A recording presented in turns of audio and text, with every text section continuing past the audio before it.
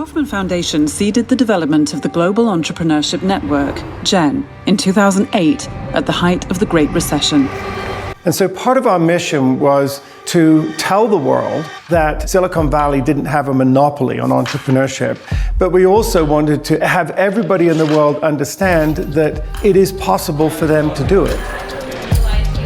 We needed to have a global ecosystem of individuals and organizations that believed in the power of entrepreneurship.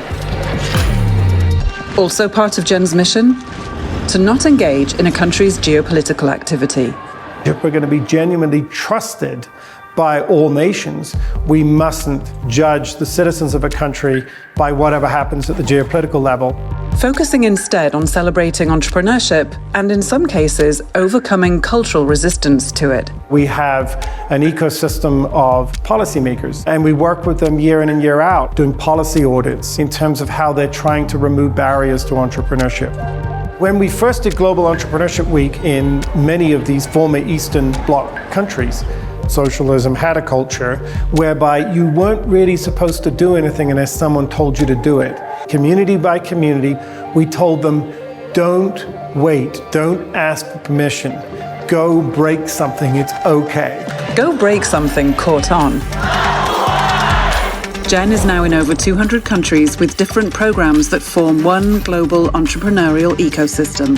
The GEN ecosystem is diverse in a geographical sense. It's obviously diverse demographically. And then finally, it's diverse in terms of the types of organizations, universities, governments, accelerators, and investors are the people that ultimately are going to be putting the resources in the hands of entrepreneurs. What GEN can do is connect the dots so that entrepreneurs and startups that have great ideas anywhere in the world can have the spotlight. You end up with this wonderful blend of both expert verticals and then this ecosystem that's got the horizontal, which is all of these national communities. At the heart of GEN and entrepreneurship is the calling to fulfill our true potential. Entrepreneurship taps into this fundamental human desire to have some control over your destiny and to create something and to make a difference. And I think that cuts across countries and culture and gender and race. We can only make change in technology, in the lab, but real change comes when we touch people's lives. Entrepreneurship amplified exponentially would be great for humanity and for society because those are the solutions that will hopefully solve some of these pressing problems that we're facing today. We have to be a steady drumbeat to remind people that entrepreneurship represents the possibility of human endeavor and that there is always the opportunity for anyone to be able to be part of that future.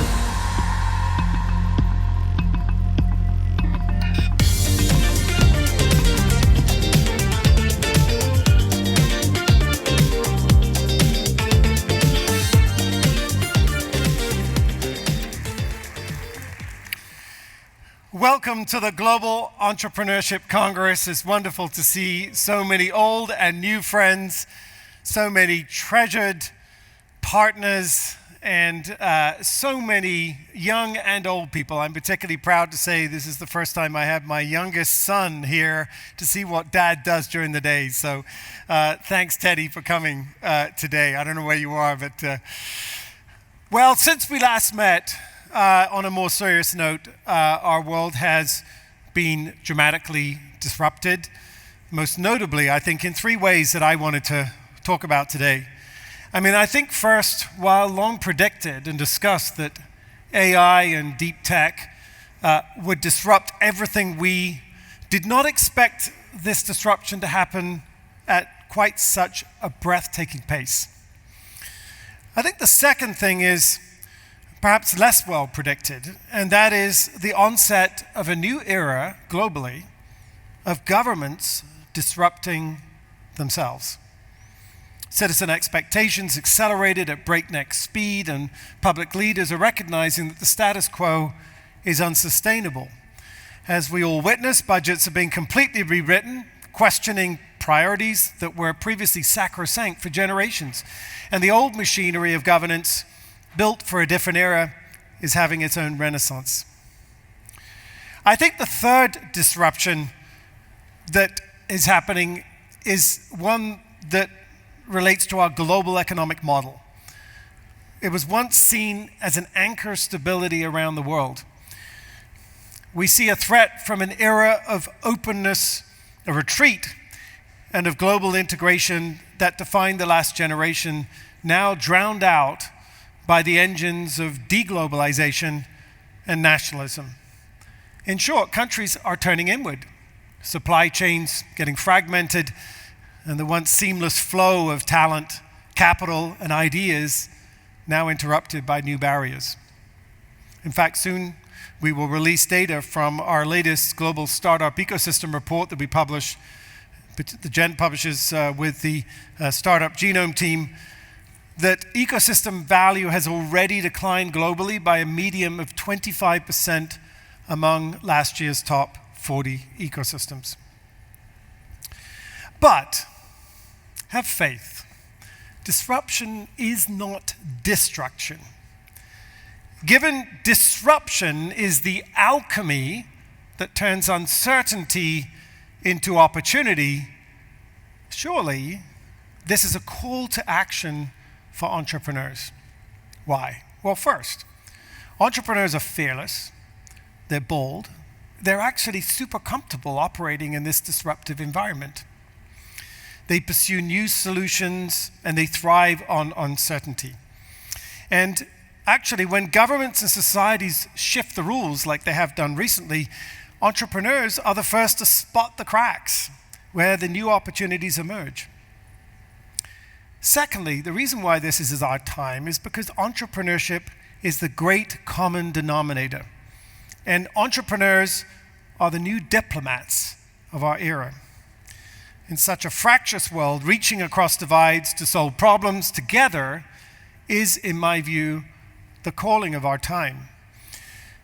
Entrepreneurship and the conversations we have between our ecosystems have a very important role to play in softening these trends towards deglobalization and distrust by providing a common culture across national boundaries based on solving, building, creating, and sharing. So I believe this is a time of astounding possibility for us, the global entrepreneurial ecosystem. For centuries, diplomacy was the exclusive domain of statesmen and ambassadors, and in fact, their negotiations were usually cloaked in formality and in protocol. But today, that order is being profoundly reshaped. Entrepreneurs, as the new diplomats, are boldly leading the way in uncharted territories where established institutions may no longer be trusted. So, is this a problem? Is this too radical? I don't think so. In fact, as Thomas Jefferson wrote, I hold it that a little rebellion now and then is a good thing, and as necessary in the political world as storms in the physical.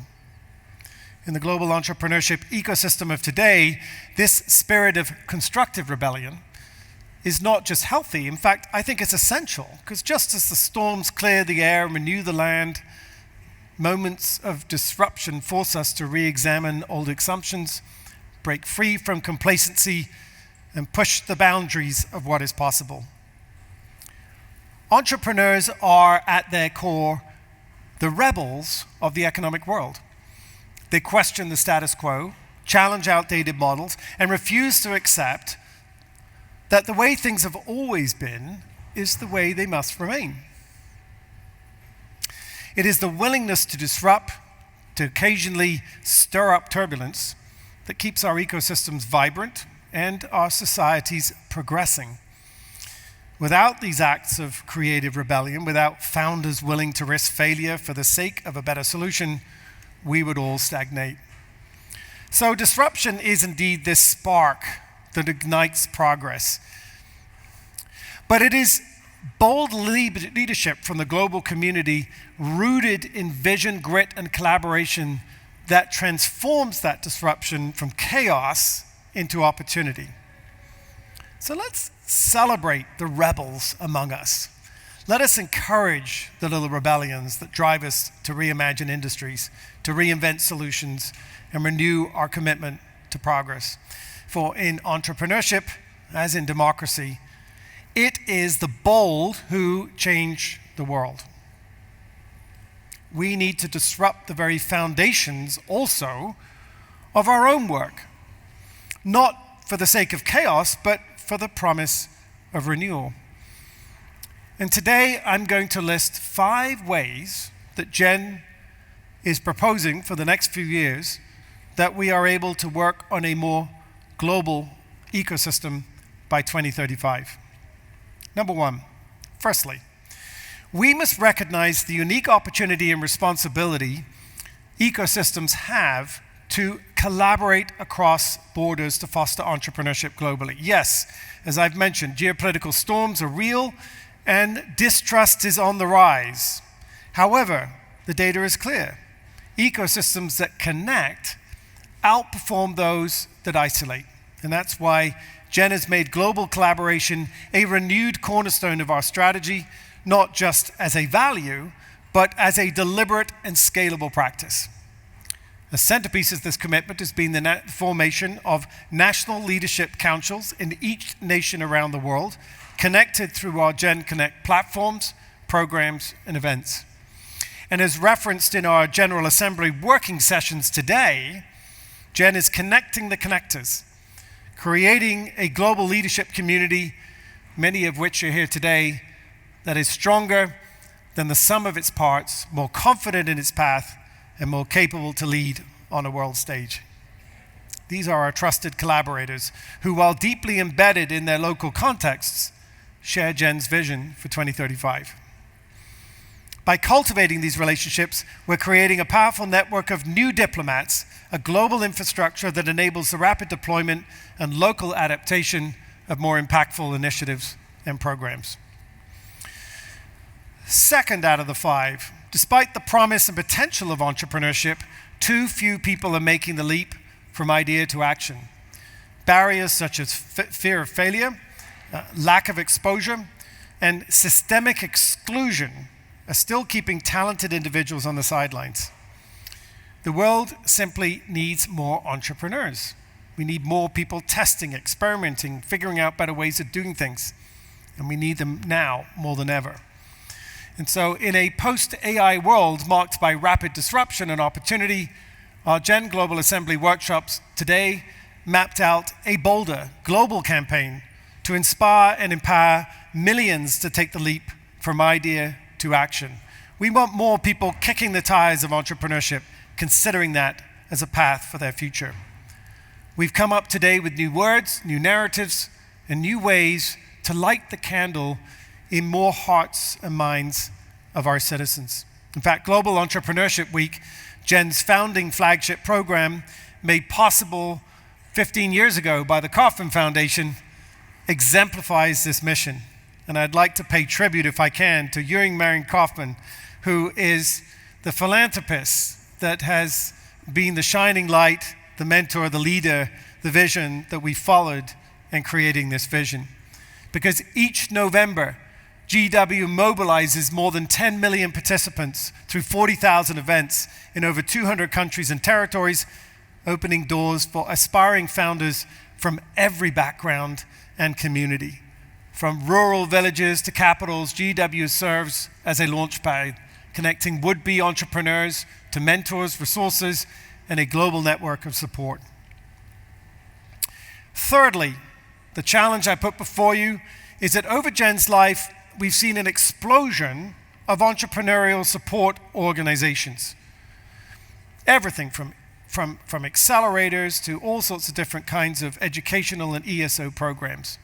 But the hard truth is that for all the millions invested in these ESOs, the returns have too often failed to match the scale of our ambition or the urgency of our times.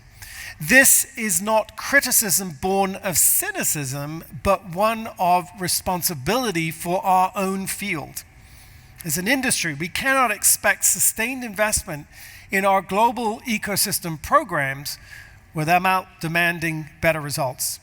And in the Gen Village, you will see artwork shared today, this week, where we look at various models for ecosystem building that show that vibrant entrepreneurial ecosystems do not emerge by action.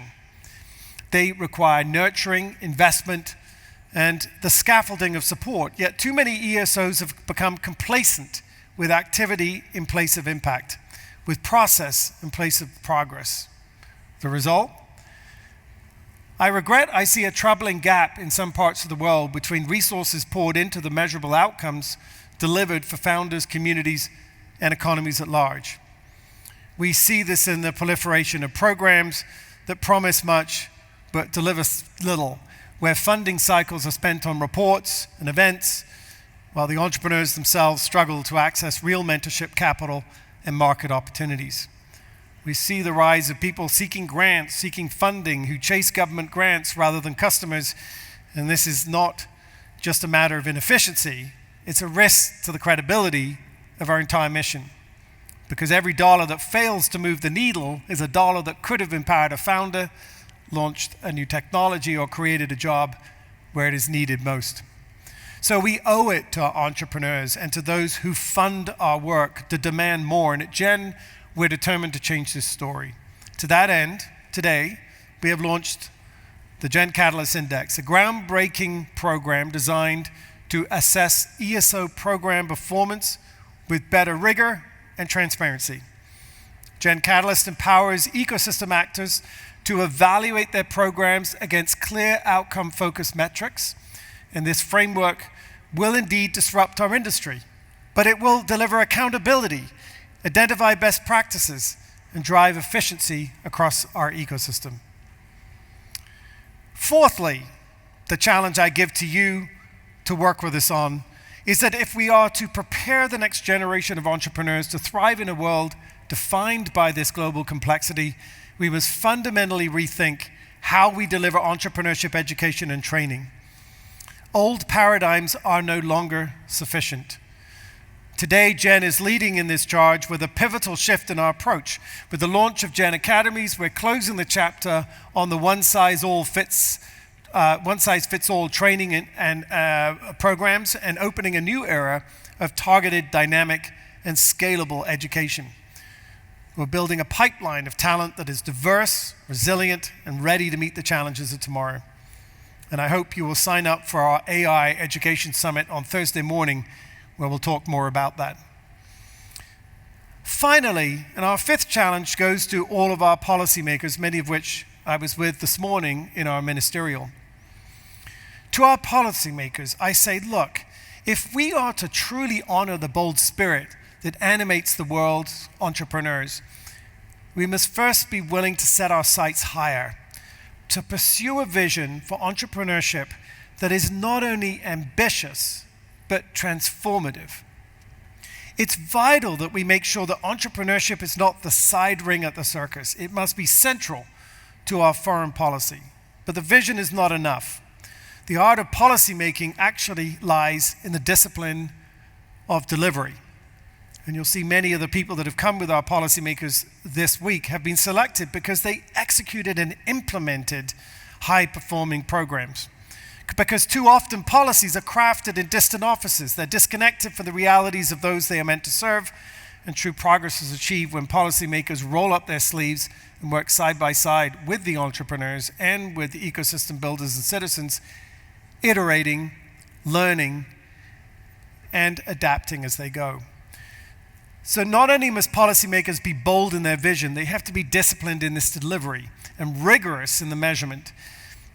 So let us build not just policies, but pathways that empower our dreamers, our doers, and the risk takers to change the world. And this has been the cornerstone of GEN's work in building our Startup Nations community, which is our policymaker community, and has been at the heart of our conversations at the Startup Nations Ministerial that took place today. We've developed a platform for government engagement and learning across borders, and we're actively advising policymakers around the world, sharing the world's largest compendium of entrepreneurship policy cases and studies through the GEN Atlas, which has been a feature of our GEN Global Assembly this morning. So as we get to work this week, let's remember those 5 challenges. But let's remember that entrepreneurship is no more, no less than the creative endeavor of mankind. It reflects the ambition of our times, measures our appetite for progress, and maps the outer bounds of our imagination. The future we envision, a thriving, inclusive, and resilient world, and a resilient global entrepreneurial ecosystem over the next 10 years will not be built, of course, by bold words or any speeches, but by the collective actions of each and every one of us working side by side. So starting this week, I invite you to roll up your sleeves and join us. Be bold, lead, collaborate, and go break something. Join our network. You should have all got this little pin here. This is a symbol of you're a member of the Global Entrepreneurship Network. Keep it, remember it, as a reminder of the vision that we have, that we can change the world together. And in the words of legendary baseball player Babe Ruth, never let the fear of striking out get in your way. Welcome to the Global Entrepreneurship family.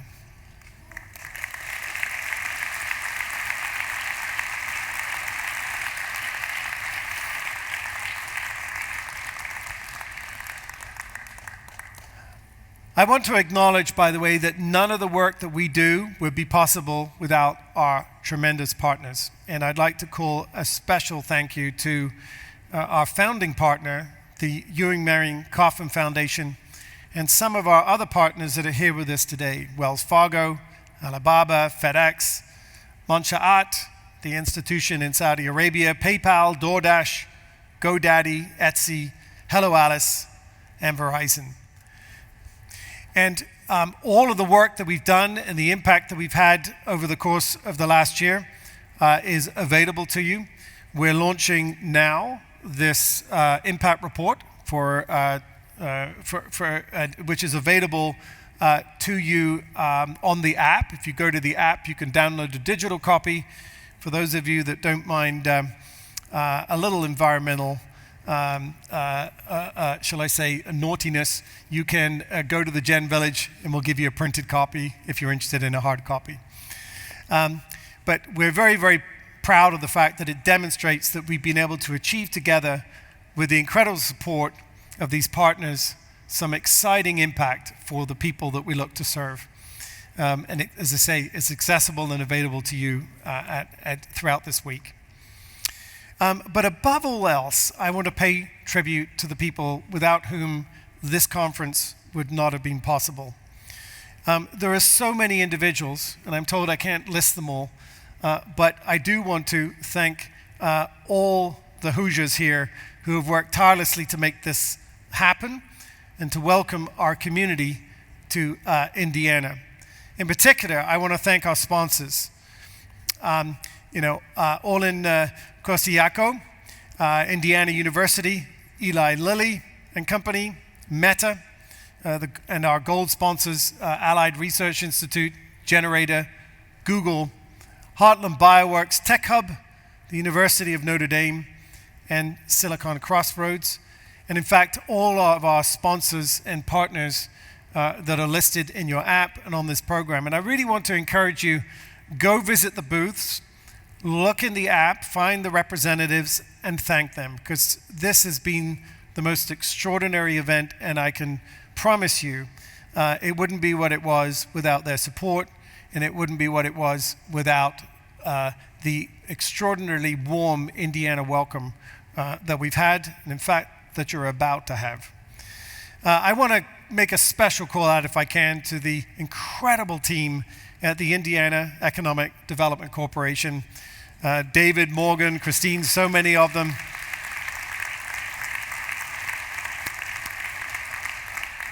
They have literally worked tirelessly 7 days a week with our team to make this possible. So thank you so much indeed for all that they've done, and I hope that you will listen intently to the stories that they have to tell about Indiana.